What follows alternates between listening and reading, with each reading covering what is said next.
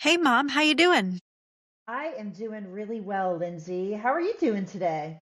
I'm doing good. I just moved, and I'm doing my first podcast in my brand new office. So it's nice, light, and sunny in here. I've got a ton of windows. I'm very excited about this change for myself. I am too, and I'm really glad you're moved so we can be done with the moving. Like, I feel like we've been painting or moving or packing or unpacking for a couple months now. So I think we're all settled and everybody's going to stay put for a little bit, right? Exactly. Yes, 100%. Well, I too am super excited about today. I've been waiting and anxiously awaiting this podcast because I have the ability to travel around and speak all over the country at events. And I also, because am speaking at events, I get to hear some of the most incredible speakers as well. And this today's guest, I will say, is probably the most memorable and moving speaker that I've heard easily in the past 5 years. So I am very thrilled to welcome Nicole Malachowski to the podcast. Nicole, thank you for joining us. Thank you for having me. It's a delight to be here. Yeah. So before we jump in, I would be remiss if I did not properly introduce you to our listeners of who you are and why, a little bit about you. I will not do it justice, but I'm going to do the things that jumped out at me. So, first and foremost, for those that are listening, Nicole is a retired U.S. Air Force colonel. She had a 20-year career in the Air Force and she flew competitively, did all kinds of stuff. But one of the coolest things is she made history as becoming the first female Thunderbird, number three, if I'm not mistaken. And one of the coolest, proudest moments that you cited on your website was that you led the first fighter formation providing security for Iraq's historic democratic elections, which is pretty cool, I gotta say. You were inducted into the National Women's Hall of Fame and the Women in Aviation's International Pioneer Hall of Fame. I mean, this is unbelievable stuff. But I will tell you, when I listened to you tell your story and stood on that stage, there was not a, I felt like an hour passed within like 15 minutes. And the next thing I know, you were rapping. I'm like, oh, no, no, no. We're just getting started. I can't wait to hear more. So thank you so much for coming and moving that entire room. Well, thank you. And that's very gracious of you to say all of that. And I'm delighted to know that my presentation resonated with you. I'm always cognizant that it's 60 minutes of people's time. And I want to make that time worth their while, and I'm Yeah, always hopeful that what I share allows people to leave the room thinking and feeling differently about themselves.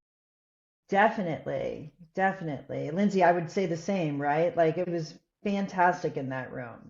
Yeah, I won't give away your entire speech you did, but you know, I remember feeling incredibly moved when you're talking about I can't get something. And the answer was to loosen the grip, Mhm. right? I feel like I recite that into my head in my head to myself quite often. Like, oh, you know what? I need to step away, go for a walk. I need to loosen my grip on this. I need to, hang on. I need to take a deep breath. I'm really like honing in on this too much. And at the end of the day, like you need to take a deep breath and it's all going to be okay, right?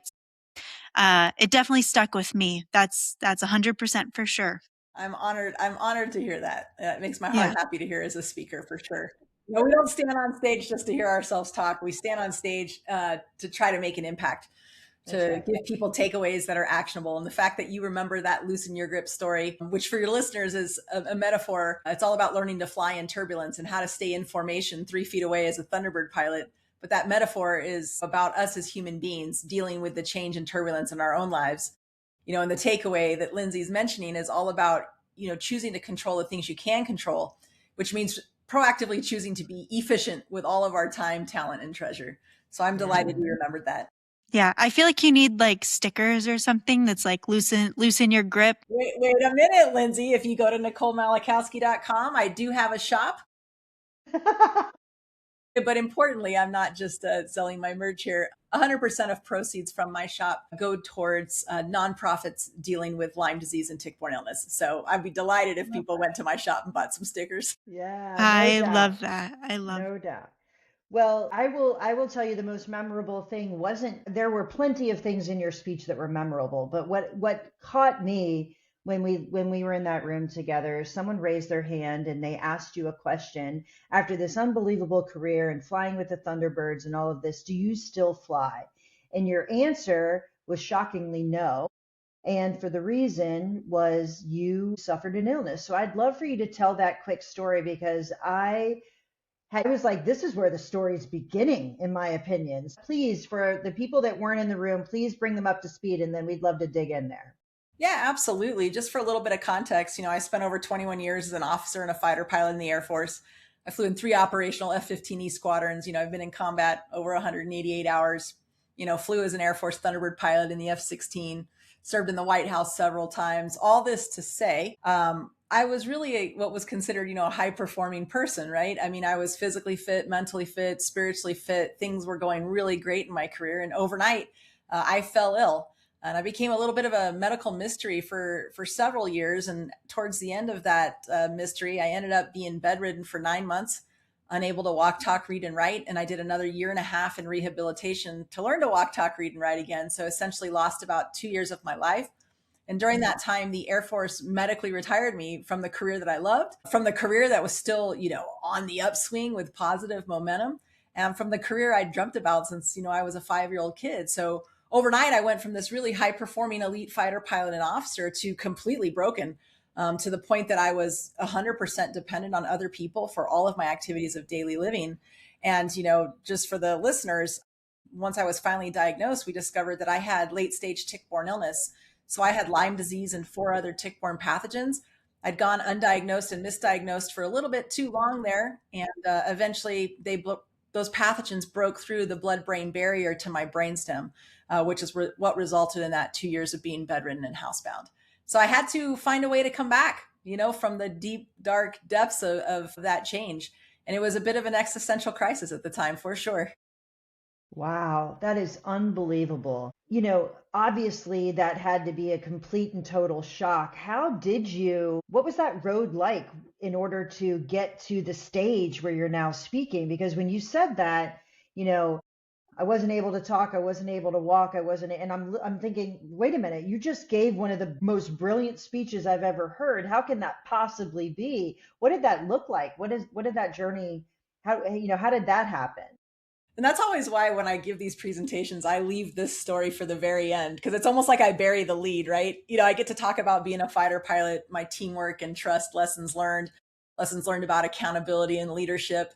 And then boom, kind of drop it on the audience there at the end. I will tell you this, I am indeed the most accidental professional speaker you have ever met. There is no way that I would have ever predicted this as a second career, nor would I think this would be my 9th year doing it. I have to say, I absolutely love it. And there's a very practical reason how this turned out. In that year and a half I was in rehab, I was dealing with very bad speech impediments, word finding problems, and I had a lot of memory issues. And as I worked with the therapist, they asked my family and me, bring in pictures from your past. And they would have me look at these pictures and go, do you remember this moment? Who is in this picture? Describe it. What words would we use to describe the feelings? And as I progressed through a year and a half with these therapists, you start to become friends with them.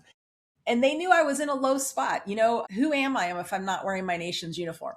Right? Right. What's my contribution to society if I'm not a fighter pilot? How am I going to provide for my family? Who's going to hire me now as someone who lives with a complex chronic illness and actually, disability? What am I going to do with myself? And so you start to kind of have those conversations with these trusted therapists. And one day the lady that was teaching me how to walk again, she goes, man, you could be a professional speaker. And I looked at her like she was crazy. I'm like, what the heck is that? She's like, companies have conferences and they pay speakers to come share their stories and ideas. And I'm like, no way. Like, there's professional speakers, like people get paid to share their story. And she's like, oh yeah, there's a whole, speaker bureaus, speaker industries, conference, event planners. I'm like, wow, that's weird. And then I turned to her and I'm like, well, no one would want to hear my story. There's not a big deal about it. And that's when her jaw kind of dropped on the floor. She's like, I've never met a woman in my life that's got your background and your experiences. And that's what the companies would be paying for, for you to talk about teamwork and leadership and resilience through your experiences, right? Through your paradigm, through your lens. And I kind of chuckled. I was like, whatever. So then she said these fateful words one day. She said, quote, "I know this guy named Tony from New York." Now, come on, Carey and Lindsay. That's how every good story starts, right? That's I right, know of this guy course. named Tony. And it ends up she'd been friends with a gentleman who'd been in the speaking industry for 40 years. We got on a phone call. That was 9 years ago. And Tony with the Domino Network has been representing me ever since. But when I give those speeches, those stories, those pictures that you saw on stage, Carey and Lindsay, are the pictures that I talked about in therapy. So when I say That's I'm really cool. accidental speaker, I am an accidental speaker. My life is nothing but TLC, which stands for timing, luck, and circumstance. I love that. I love it. Oh, well, in the transition, I mean, in my research from you, I found out that you were part of a team that helped transition administrations one to the next. So transition was something that you weren't necessarily unfamiliar with, right? When you entered this, probably not for your personal life. A lot of the clients that we work with, their entire lives, they've been independent insurance agency owners, right? Mm-hmm. So they've owned this agency. Maybe their dad, grandpa, uncle, mom, anyone in their family, right, has owned it before them. And some of the times they're coming to us ready to transition themselves and not knowing where to go, Yeah. which is why I wanted to have you on and have this conversation because, man, what a transition from being a fighter pilot one day to not being able to walk, read, write, and then transitioning into a second amazing career, speaking all over the world. Yeah. Where did you start? Right I guess you started with Tony. How did what were the feelings you were feeling? What advice do you have for people in the transition? Like it's such a hard thing to know where to go first. Yeah. And when we talk about transitioning, it's very obvious when you think about a military officer, right? Transitioning from military service into the civilian world. But that transition looks differently for different people. But there's two kinds of transitions, right? The ones you expect and plan for, and the ones that you're forced on you, that are unexpected and rather disruptive. But either way, that transition to your next chapter, your next adventure is going to be difficult, right? I mean, it's a challenge. It's change. Change is never easy. And I remember for me being very unexpected and a very unwelcome transition that, I had to afford myself the grace to grieve. It wasn't like I just transitioned overnight, my friends. I mean, this Yeah. was probably a good 6 month to 9 month long process of me trying to get reconnected with myself, get control of my emotions, get control of, my feelings again. And I don't think there's anything wrong with taking time to grieve. Look, there were tears. I'm not even Yeah. going to, sugarcoat that. And I remember the day of my medical retirement from the military, 29 December 2017. The last 2 years, like I said, I'd been bedridden, housebound, going through therapies. And to the military's credit, they kept me through the max therapeutic, benefit through all the therapies before they discharged me, or retired me. But I get to that day of my retirement and I'm home alone and nobody from the Air Force called. I have never had an Air Force retirement ceremony. And in fact, some of my retirement paperwork was mailed to me in a manila envelope.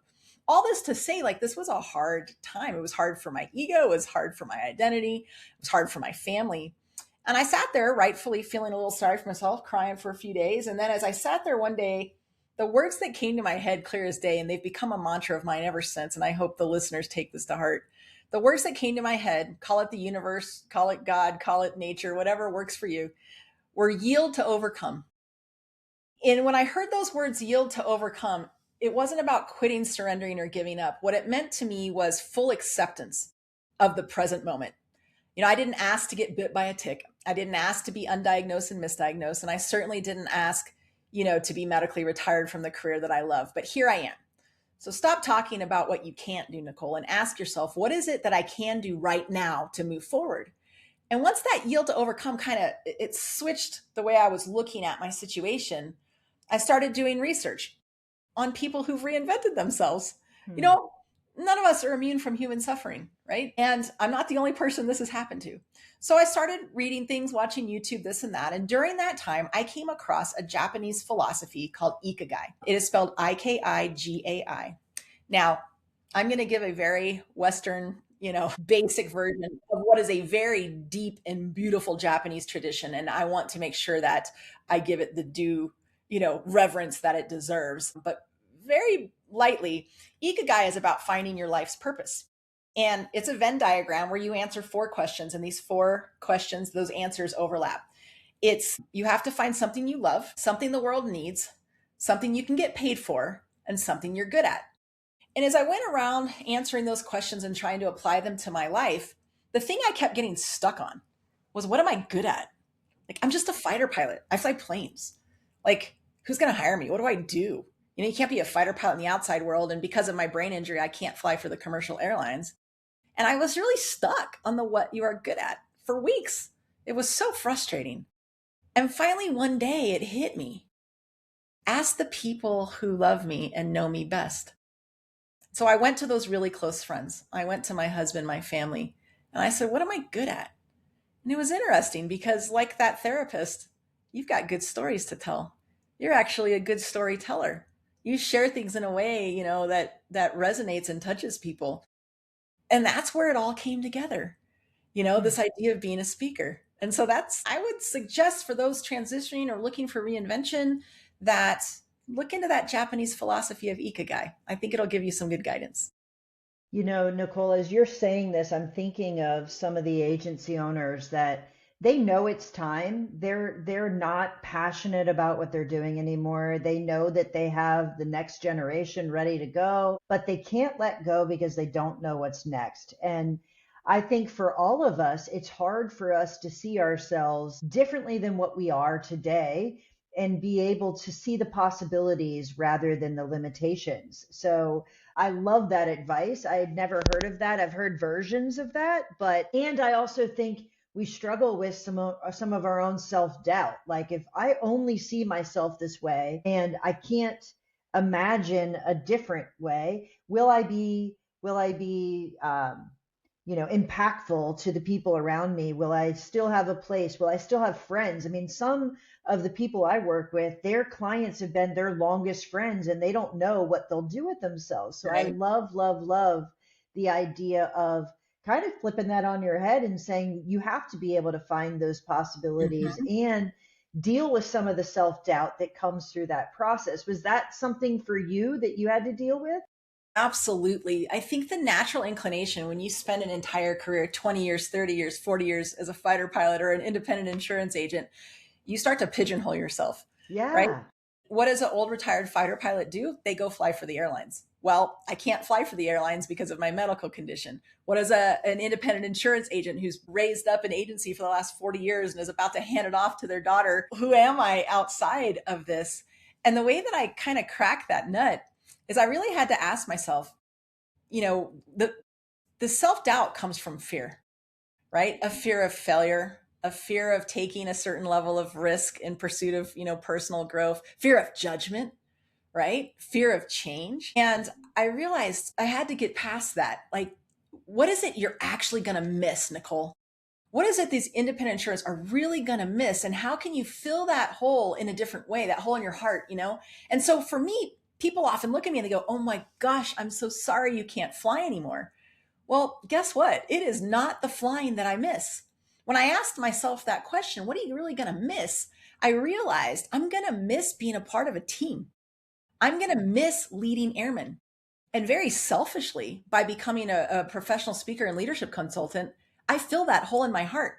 Because for a day, right, I was with you and those independent insurance agents. For a day, I'm part of those farmers or people in pharma or, people working in finance or tech or whoever I'm talking to. And that's how I filled the hole in my heart. So my question to those going through transition is really dig deep. What is it you're actually going to miss? And it occurred to me that all of the characteristics and traits I honed as a fighter pilot, right, discipline and commitment and resilience and confidence and all those things, were exactly the traits, one, I needed to survive my illness and rehabilitate to a functioning adult, but two, were exactly the traits I needed to reinvent myself into this second chapter. And so what are those things as an independent insurance agent that you have honed, those things that have made you a master of your craft, right, for your clients? And how can those be applied in a different way? Yeah, it's a super great thing to challenge people to think about because the reality is if it's not thrust upon you, many stay past when they should. And maybe that's not healthy for their business, or it's not healthy for their team, or it's not healthy for the next generation. So I love the idea of challenging yourself to think about those skills in a different way. And maybe, I don't know, really question the status quo of everything around you, right? Like think about that and look at them as skill sets, not just to sell insurance or lead a team or all those things, because some independent insurance agents are some of the most personable people I know. Oh, sure. They could do all kinds of things for their community, and they already are, but how could they take that to the next level if they're not spending their time doing what they are? So yeah, I love that advice. And, in our world, we help them through that transition. We're trying to help them maximize the value of their agency and figure out what's next for them and leave their agency in a healthy position so it can continue into perpetuity as well. So that Yeah. advice is huge, absolutely huge. It just kind of hit me as I was listening to you. I mean, isn't that what insurance agents do? They help people through transitions. Look, insurance is there for the most difficult and hard times of people's life, whether it That's right. is, a house fire or maybe a death benefit or, whatever, like all kinds of insurance. You're there on people's hardest days. You're there to help them transition. If you really For sit sure. and think about it, you can use those skills to help you transition too. That's right. That's right. So I have a big question for you, and it's a little bit of a off the topic, but you said it earlier. You said being a fighter pilot or being in the Air Force was something you dreamed about since you were 5 years old. Yes. And that, to me, I would love to just talk about that for a Sure. minute, because most people dream about what they can envision, and they envision it because they've seen someone do it. So Mm. is that your story, or was there another female fighter pilot that you were, aspiring to be, or how did that happen for you? Well, it's a really, really great question, Carrie. I get asked this often. And I was kind of one of those kind of odd kids who like knew what I wanted to do from a young age. And then I became maniacally focused. Like I never had a backup plan. Since I was 5 years old, this is what I was going to do. What's interesting was that was 1979 when I was 5 years old. It was against the law until 1993 for women to be fighter pilots.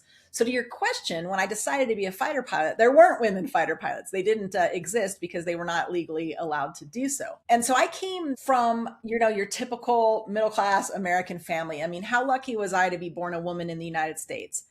I never wanted for food on the table, a roof over my head. I had parents that were married over 50 years. All this to say, wow, what luck. There's Sure. so many young people out there that don't have that kind of solid foundation. So I have to acknowledge that I was starting on second base, if you know what I'm saying, and how grateful I am for that. And both of my grandfathers had served in the military. My dad was drafted in the Army during Vietnam. Long story short, I knew from a young age military service was honorable, it was noble, it was good, it was something that my family and society, applauded. And I loved going to like the Veterans Day parades and seeing people all in the matching uniforms marching together. I loved the color guard. That was really cool to a kid, right? And so around that time, the local air show came to town, and we were out at the air show like most families do when it comes to the area. And a jet flew by called the F-4 Phantom. Now, the F-4 Phantom was the workhorse of the Vietnam War. And it came by that runway low and fast. I covered my ears because it was loud. My whole body, my chest rumbled. I remember like smelling the smell of jet fuel, and just it was like sensory overload for a 5-year-old. You know how kids start shaking with excitement? That's what I did. And that was it, man. I was like, wait a minute, you can join the military and fly that? I'm going to be an Air Force fighter pilot. Now, at 5 years old in 1979, it doesn't even occur to you that someone would tell you you can't pursue your dream because of your gender, right? It didn't even occur to me that it was against the law. So I was blissfully naive until about sixth grade. And in sixth grade, our teacher had us one student stand up every Friday to say what they wanted to be when they grew up and how they were going to get there. So I stood up when it came my time and I said, I'm going to be a fighter pilot. Everyone in the class laughed, and my teacher said, quote, sit down and come back when you have something more realistic. And Oh my I goodness. remember going home and just crying that day. Now, keep in mind, this was 1986. Top Gun 1 had just come out, so this is extra like that I want to be a fighter pilot. But everything he said was actually accurate. I don't think he was trying to be mean. It was just that it was against the law. And so I committed at that time to become an Air Force pilot. I wanted to fly tanker refueling aircraft. I figured if I couldn't be a fighter pilot, I would still want to serve my country, and I can give the gas and the fuel needed to those fighter pilots so they could get to the target and back. And so I found myself at the Air Force Academy, and somewhere between my freshman and sophomore year, that law changed. And I became amongst the first group of women who was afforded the opportunity to compete equally to become a fighter pilot. And during that time, I was still at the academy. There were 3 women selected to be the first: Jeannie Levitt, Martha McSally, and Sharon Presler. And so they weren't that much older than me, right? It was timing, luck, and circumstance, but they were the best choices, and they became my heroes and my role models. And I'm delighted to say I still talk to all of them today. Oh, wow. What a cool story. Yeah. But it is funny, you chose a profession that is male dominated, no Yes. question about it, because prior to that, it was against the law. I started my career in a tech startup, which was also male dominated. Insurance is very male dominated. I think over 75% of owners of independent insurance agents are male. Now, there's plenty of women in insurance, don't get me wrong, but they are not in the owner's chair. Mm. And if they are, certainly a minority. Tell me what that was like in something that was truly against the law. The law changed. Now you're one of those people rubbing elbows with someone who may not want you there. How about that? Sure. I always like to say, I get asked this question a lot, and I understand why. I had a very successful career because of a lot of great men. I Yep. had great male instructor pilots, great male squadron commanders, great male supervisors. Because remember, there weren't women above me. So Yeah. the fact of the matter is, I had to get, lucky and have those great male leaderships. Now, I'm not going to sit here and sugarcoat things, anyways, right? Because I think we know, especially being a woman fighter pilot in the 1990s, flying in combat over Kosovo, you can imagine that there was some chauvinism. And what I discovered was, for people who were my peers, it was no big deal, right? Because people who were my peers or younger than me, they never knew an Air Force without women fighter pilot in it. So anytime I had issues, it became more of a generational problem. So the older, lieutenant colonels, generals, the ones who could remember an Air Force without women fighter pilots or without women Thunderbird pilots, those were the ones who would try to be obstructive sometimes, challenge Sure. me unnecessarily, treat me to a different standard. But what I tried to do during those times was focus on the majority, because the truth is the vast majority were either neutral or quite supportive. Because as a fighter pilot, everything's very objective. You can either do it or you can't. You cannot fake, right, a dogfight. You cannot fake, taking out targets on the ground. As a Thunderbird pilot, you cannot fake flying 18 inches to 3 feet away from 5 other planes. And so to be a woman in a career field that has very objective standards and objective measures was certainly quite helpful. Now, when the rudeness and some of the chauvinism happened, especially when I was young and I didn't have experience and I didn't have credibility, look, I never let them see me sweat. But again, there were nights I went home, put my face in the pillow at 22, 23 years old and cried. I mean, Sure. that's just the truth. And I had to Yeah. remind myself, look, this was my dream since I was 5 years old. I didn't become a fighter pilot to prove something to anybody. I didn't become a fighter pilot to break barriers or change cultures. I didn't do it to make these guys uncomfortable. I did it because it's my dream. This is my dream. And the jet could care less about your gender, your ethnicity, your religion, your orientation, any of that. The Yeah. jet just wants to be flown. And so I had to remind myself of that a lot. Just fly the jet. Mm. It's interesting. I hate that question too, by the way. I asked it because I think it needs to be Okay. asked, but I also found myself in a room where I'm the only female or I'm the only Mm, whatever. And the reality is, I got there because of a lot of great men that were incredible mentors, yes. incredible advocates, incredible. So sometimes, I see a movement of women forming their own conferences and forming their own things. And sometimes I think we're actually taking ourselves backwards rather than forwards. I think you just want great, smart people together trying to solve things rather than trying to create one or the other. So I'm glad to hear your response to that. It's a fine line to walk. Yeah, Because I don't think we as a society are fully there yet. Because we do know that there are still sure. some of that chauvinism out there. There's racism out there. We're not in that place yet, but I acknowledge what you're saying. We need to be working in that direction. Watching the Artemis launch and watching the astronauts this week, right? The pilot, Victor Glover, happens to be a friend of mine. And he said something about, and I think he said it really well. He said, I think it's wonderful that there's young girls that can look up to Christina Cook. I think it's wonderful that little boys of color can look up at me and know, hey, that's possible. He goes, but I hope we get to a place someday where it's not just women's history or African American history, but that it's human history.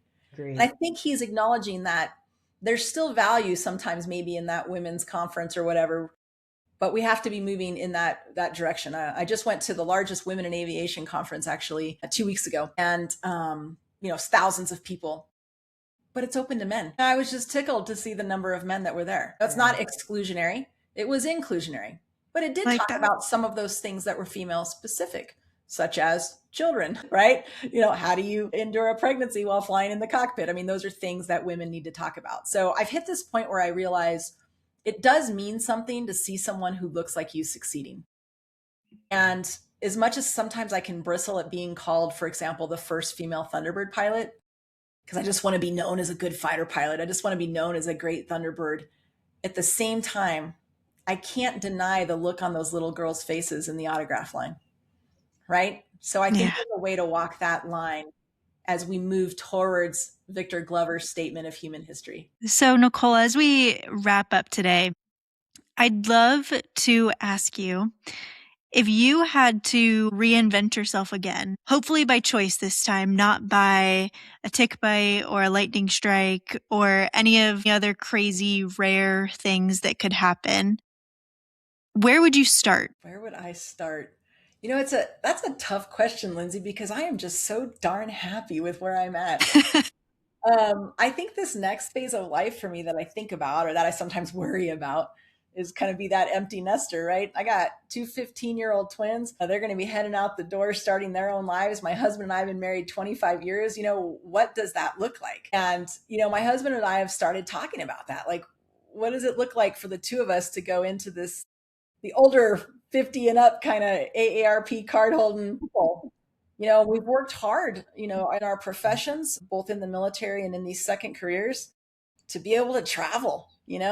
I see myself reinventing myself as just a global world traveler. I'm probably going to have some weird social media post or podcast where I just take people along, because the thing that brings me joy is meeting people, exploring new cultures, seeing different geography and landscapes, eating different kinds of food. So my reinvention, or whatever it looks like, Lindsay, is going to be based, I think, in curiosity. And I want curiosity to be the foundation for whatever it is that my husband and kids do moving forward. I love that. Yeah. I'd also like to call dibs on being a guest on one of those traveling podcasts.